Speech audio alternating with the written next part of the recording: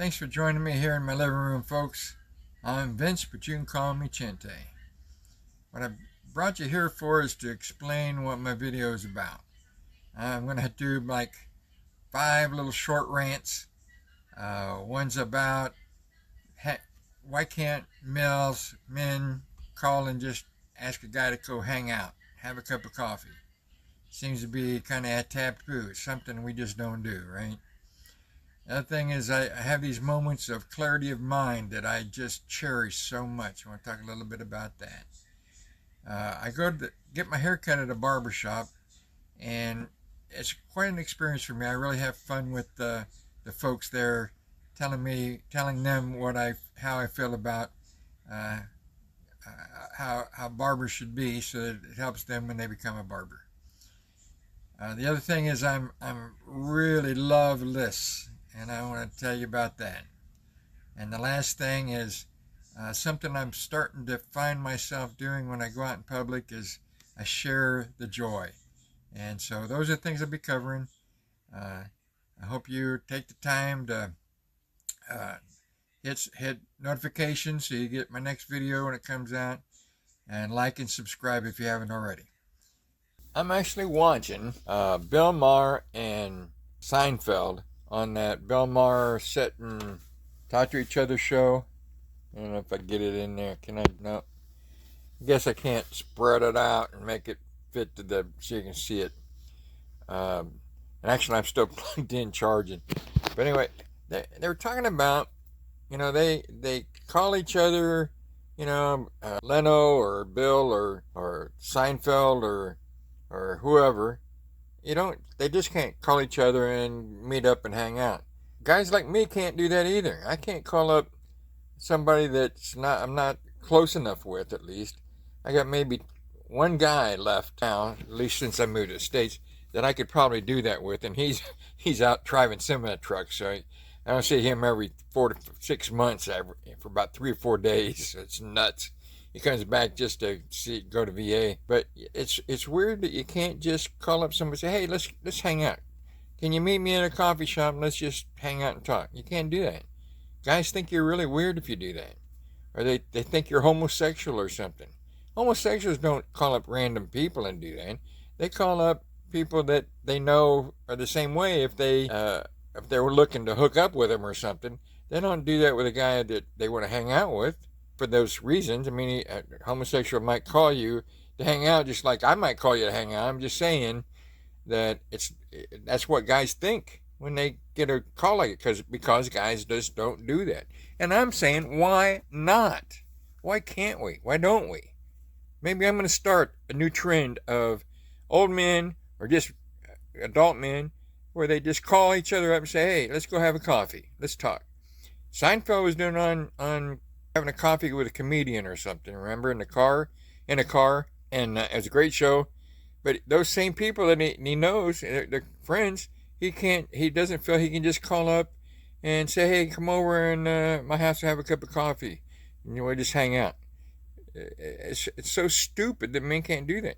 But yet my wife's on the phone all the time with people, and she has no problem. She wouldn't have any problem, and neither would they, to say, hey, let's go have a coffee, or let's go have a lunch, or let's go shopping at Ross. A guy can't do that because we're considered something wrong with us. We're some kind of a freak if we do that. Why? I'm going to try. I'm going to start doing that. As soon as I get to know somebody well enough to do that, because you can't just do a stranger or somebody just happen to have a phone number. Even though, I just recently met a guy, and in fact, I met a couple a while back. Me and my wife met him in a restaurant. We had him over for dinner, and I met a guy at VA the other day when I was leaving, and he was going. We're still in the parking garage, and I stopped and talked to him a few minutes, and then he said, why don't you come over to my house and visit sometime? He's in like an assisted living situation, but he's got his own little apartment that's kind of separate. Anyway, that's a whole different story.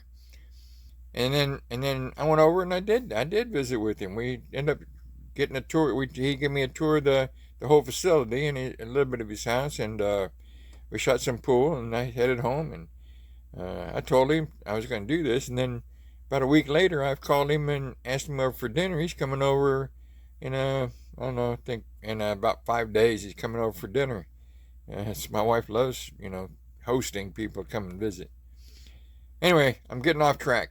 The point is, we should be able to do that, and as soon as I can start meeting enough people I know well enough to do that, I'm going to start doing it. Damn it.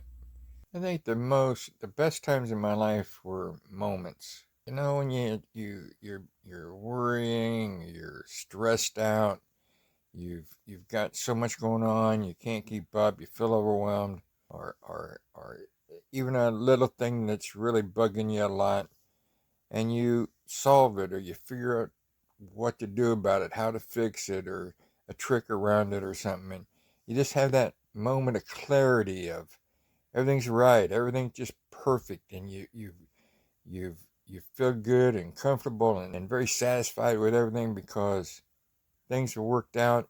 Everything's gonna be fine. You have that I consider it like a moment of clarity. It's that's the best feeling I've ever had in my life.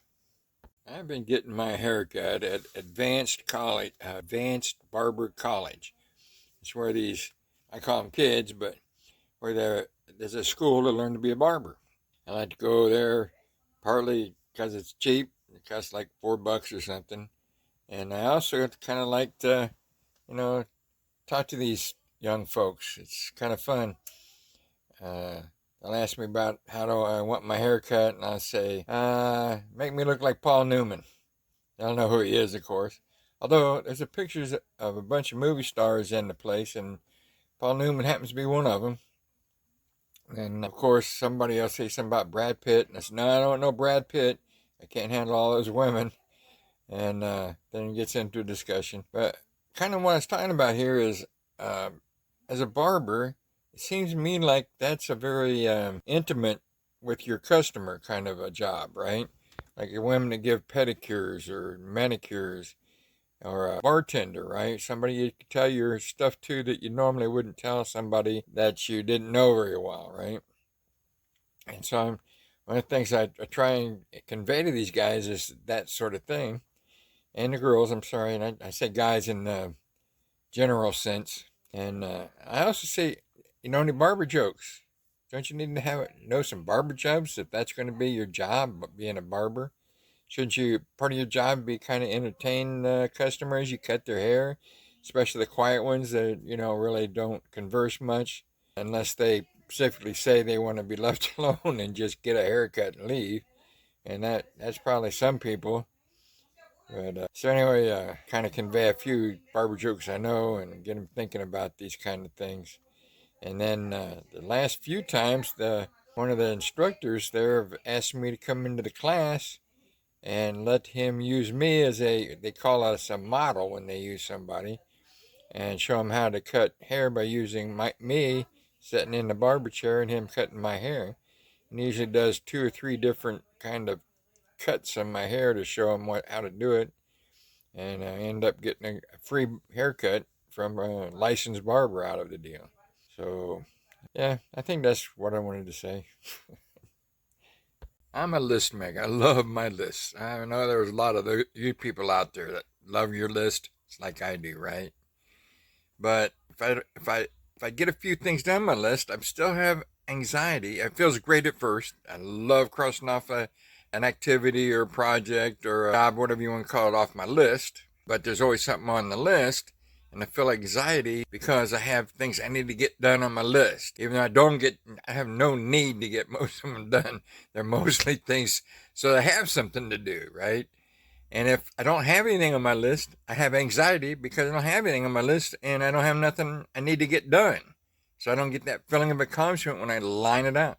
Although if they don't have anything on the list, then there's a lot of stuff I can do that I probably wouldn't do because I'm trying to get something done on my list. It's one of those dilemmas of life if you operate on a list. So I got a feeling there's a lot of, I don't know what you call them, gurus out there that are anti-list for reasons like that. But I couldn't live without my list. I gotta have my list. I love my list so much. Really, I'm a pretty laid back, unexcitable kind of guy. But when I go out in public, a lot of times at grocery stores and stuff, I come off as very full, very outgoing, and very verbal. And I'm starting to think where I'm coming from is I'm just trying to bring some joy to those people's lives. I really kind of focus in on those people that kind of got their head down and just walking around, just trying to get their stuff and fill up their car, go pay, and go home. They don't want to mess around with no strangers messing with them or anything. And it lightens my heart because most of those people, especially the most grouchy ones, they just seem pleased. They get that little smirk, that little smile on their face when somebody just wants to talk to them for a minute. Just trying to engage with somebody. They probably spend most of their time going to the store and getting their stuff and loading up and paying and putting in their car and going home without talking to anybody but the cashier. And some of these people, I think they really need some social involvement that they don't get in their normal life sitting at home. They might have their friends and they do it when they're out with their friends, but not anything other than that. In the United States, we're really friendly people.